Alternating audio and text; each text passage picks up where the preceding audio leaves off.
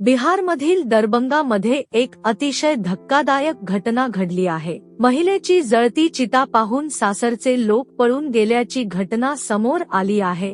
पोलिसांनी चितेची आग विझवून महिलेचा मृत्यूदेह ताब्यात घेतला आहे।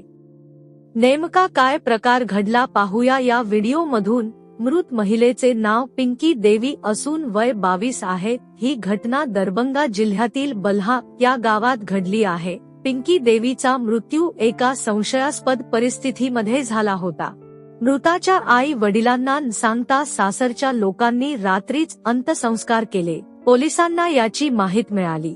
पोलीस येताच सासरच्या लोकांनी घटनास्थळावरून पळ काढला। पोलिसांनी तात्काळ महिलेचा अर्धा जळलेला मृतदेह जळत्या चितेतून बाहेर काढून पोस्टमॉर्टमसाठी पाठविण्यात आले। सासरच्या लोकांनी पुरावे नष्ट करण्यासाठी रात्रीच अंत्यसंस्कार केले जात असल्याचे बोलते जात आहे।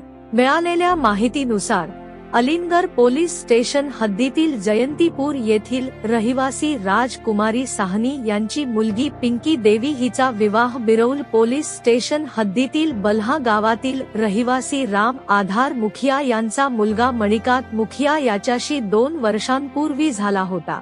दोघांना 1 वर्षाची मुलगीही आहे। मयताच्या कुटुंबियांनी तिच्यावर हुंड्यासाठी मृत्यूचा आरोप केला आहे। त्याने सांगितले की सासरचे लोक मुलीला हुंड्यासाठी सतत मारहाण करत होते।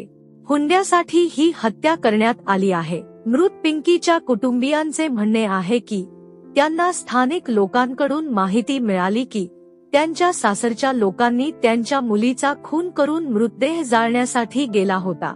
याची माहिती मिळताच त्यांनी बिरौल गाठून बिरौल पोलिसांना माहिती दिली। सध्या पोलिसांनी गुन्हा दाखल करून तपास सुरू केला आहे। शवविच्छेदन अहवाल आल्यानंतरच महिलेचा मृत्यू कसा झाला हे कळेल असे पोलिसांचे म्हणणे आहे।